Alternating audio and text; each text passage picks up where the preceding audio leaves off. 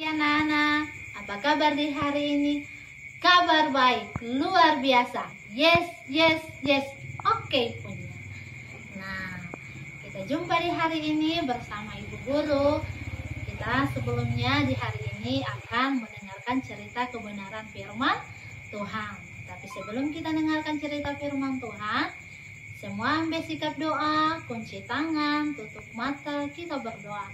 Tuhan Yesus yang baik, kami bersyukur di hari ini untuk kasih setia Tuhan dalam hidup kami.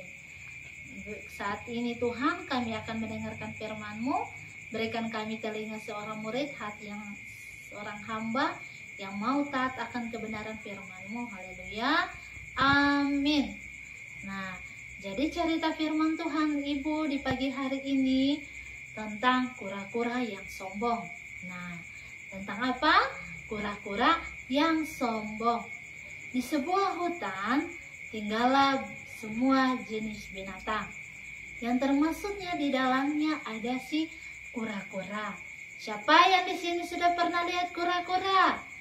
Nah, tentu semua sudah. Nah, kura-kura kakinya 4. Nah, di belakangnya ada sebuah tempurung yang ada di belakang si kura-kura.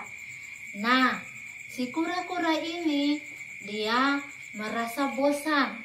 Nah, kenapa dia merasa bosan? Karena hidupnya dari air ke air, dari air ke darat. Kemudian kura-kura ini dia merasa bosan. Dia dari air, dia pergi ke darat, lalu dia memikirkan, kenapa sih Tuhan ciptakan saya hanya bisa merayap, hanya dari air ke darat. Tetapi jenis binatang yang lain bisa terbang, bisa pergi kemana mereka mau pergi. Tapi saya, kok Tuhan ini tidak adil sama saya? Nah, itu kata si kura-kura. Kemudian si kura-kura duduk merenung. Lalu datanglah si burung elang. Si burung elang menanyakan, "Hei kura-kura, kenapa kamu sedih?" "Saya sedih karena semua binatang kok bisa bergerak ke sana kemari, tapi saya cuma di sini-sini saja."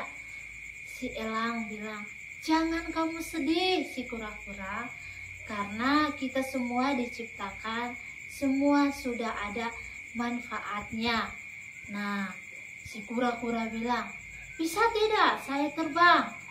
Nah, si elang bilang, "Boleh kamu terbang, tapi ada syaratnya loh." Nah, si kura-kura bilang, "Syaratnya apa? Saya mau, yang penting saya mau kelilingi dunia ini. Saya mau lihat pemandangan yang indah lagi. Jangan hanya di air saja."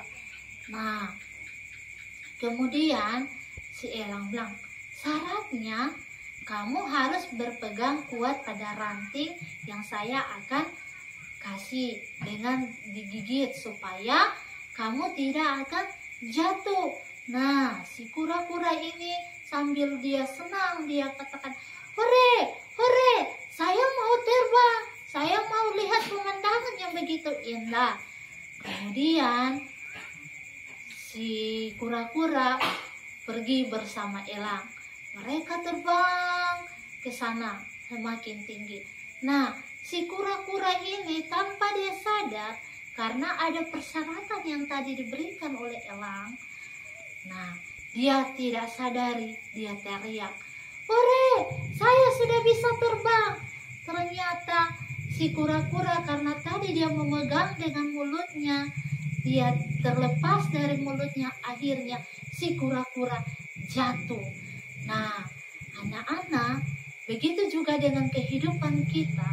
Kita tidak boleh menyombongkan diri. Ketika kita sudah punya kelebihan, ketika kita sudah merasa lebih tinggi dari teman kita, kita sudah merasa bahwa kita punya segalanya, jangan kita merasa kita kuat, kita hebat, kita pintar, kita lupa segalanya. Kita sudah menyombongkan diri. Padahal siapakah diri kita ini. Kita belajar mau selalu merendahkan diri. Jangan ketika kita punya kelebihan, ketika kita punya segalanya, kita sudah sombong. Jadi jangan jadilah kita seperti kura-kura, tetapi kita harus belajar rendah hati, mau berbagi dengan orang lain, mau merendahkan diri kita di hadapan Tuhan. Karena hidup kita ini adalah milik Tuhan. Jadi segala yang kita punya bisa habis, tetapi ketika Tuhan ada dalam hidup kita, kita selalu diberkati oleh Tuhan. Demikian cerita firman Tuhan Ibu di pagi hari ini. Kiranya Tuhan Yesus memberkati kita semua. Baiklah, tadinya anak-anak sudah mendengarkan kebenaran firman Tuhan. Kita dibuka oleh doa. Sekarang kita tutup dengan doa. Semua ambil sikap doanya. Bagaimana sikap doanya yang manis, yang pintar, anak-anak yang hebat, bahkan anak-anak yang luar biasa. Bagaimana sikap doanya? Nah, kunci tangan, tutup mata, kita berdoa. Terima kasih Tuhan atas firman-Mu yang datang di pagi hari ini, mengingatkan kami, jangan kami menjadi seperti kura-kura yang sombong, tetapi menjadikan kami yang selalu rendah hati, yang mau memikirkan orang yang ada di sekitar kami. Ajar kami selalu rendah hati dan mau taat akan firman-Mu Tuhan. Terima kasih hamba-Mu sudah selesai berbicara.